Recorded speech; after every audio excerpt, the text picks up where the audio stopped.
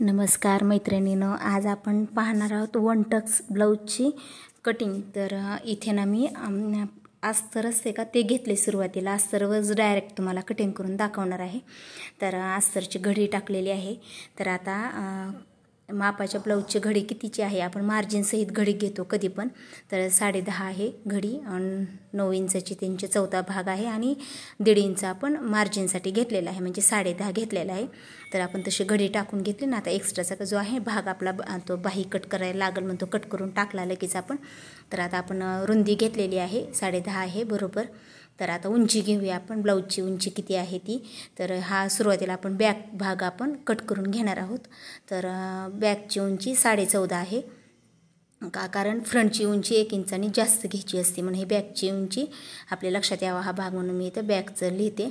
14 इंची आपली उंची आहे बॅकची।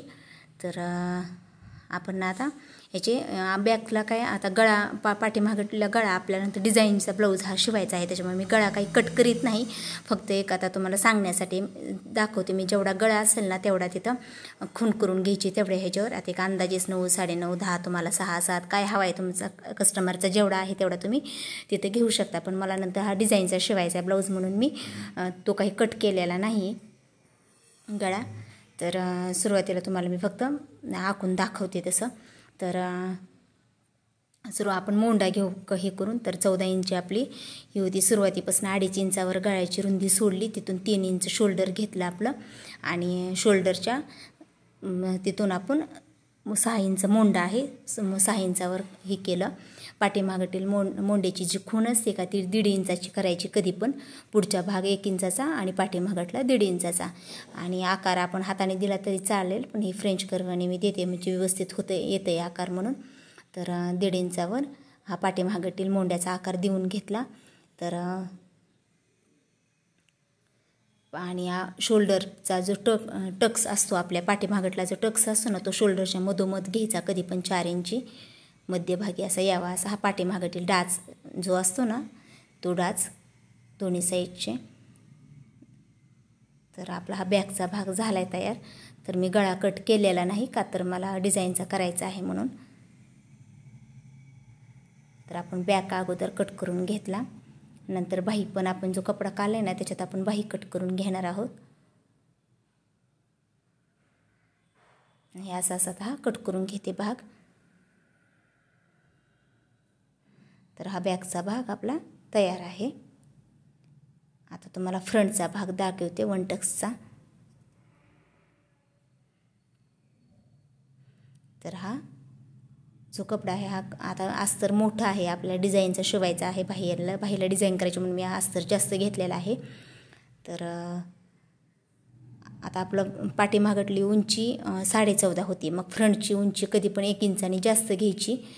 तर 1 टक्स असो 4 टक्स असो त्याच्यासाठी। तर 15.5 घेतली मी उंची, जो एक्स्ट्राचा आता इथून आहे ना खालचा कपडा तो कट करून काढते मी।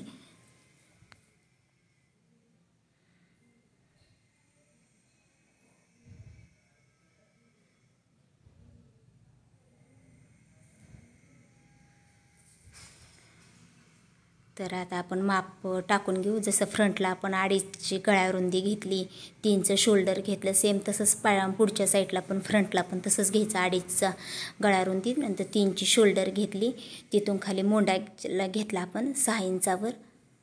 पण आपण बॅकच्या भागाला 1.5 इंचाचा मोंड्याला आपण आकार देतो, ते फ्रंटला 1 इंचाचा आकार द्यायचा। तर आता आखून घेऊ आपण मोंड्याचा भाग।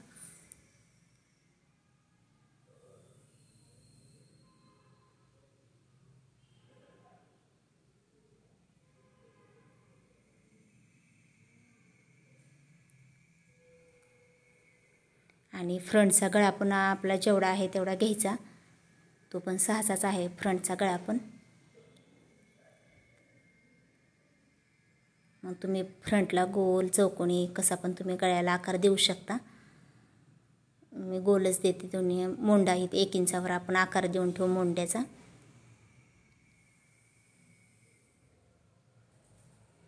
आणि गळा पण मला गोलच करायचा, मग तिथं पण मी 1 इंचाचा असा आकार देऊन घेतला। आणि आपण ह्याला आकार देऊन घेऊ आता।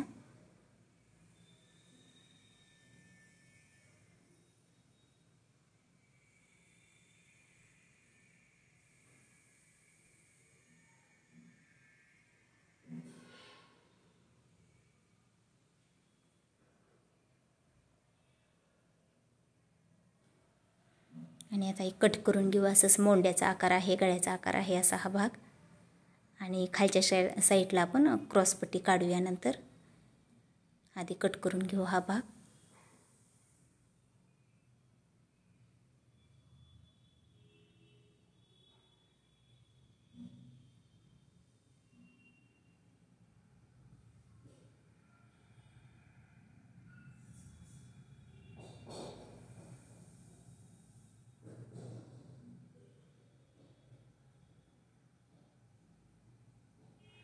आणि आता आपण क्रॉसपट्टी 3 आणि 3.5ची घेणार आहोत. तर इथंच खालच्या साईडनं 3.5वर आपण टिक मार्क करून घेऊया. आणि इथं खाली 3ला 3 आणि 3.5ची ते आखून घेऊ आपण. ह्याला कोणी कोणी योगपट्टी म्हणतं, आम्ही क्रॉसपट्टी म्हणतो.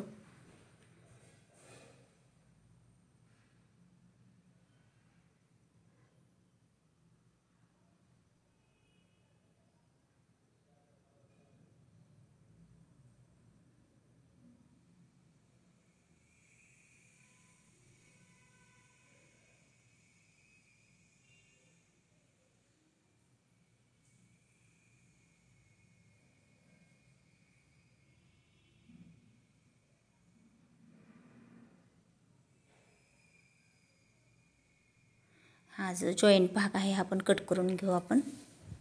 आणि आता आपण वनटक्सचा डाच जो घेणार आहोत तो आखून घेऊया.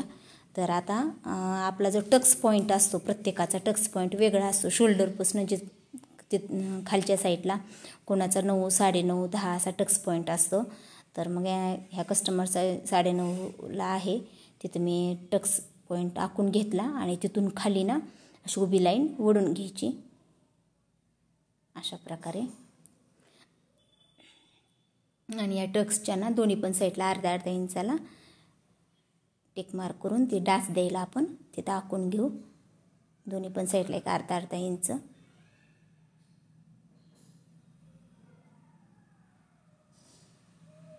आणि समजा काही जणांना वनटक्सचा असा ब्लाऊज शिवला ना की असा पफ येत नाही, जास्त चपटं होतं. मग ज्यांना छाती जास्त आहे त्यांच्यासाठी त्यांना व्यवस्थित वाटत नाही तो पफ तिथं आल्याने. मग त्यांनी काय करायचं, एक असा आडव्या साईडला पण एक छोटासा डाच घ्यायचा. जर ज्यांना असा पफ आवडत असेल त्यांनी, ज्यांना अशी छाती दबल्याने वाटत असेल त्यांनी, तर तिथे एक 2.5 इंचाचा असा आडवा साईडला मधोमध आपण जी शोल्डर काजेगुंडीची पट्टी काजेगुंडीची पट्टी असते ना आपली, त्या साईडला मधोमध अशी एक 2.5 इंचाचा असा एक डाच घ्यायचा.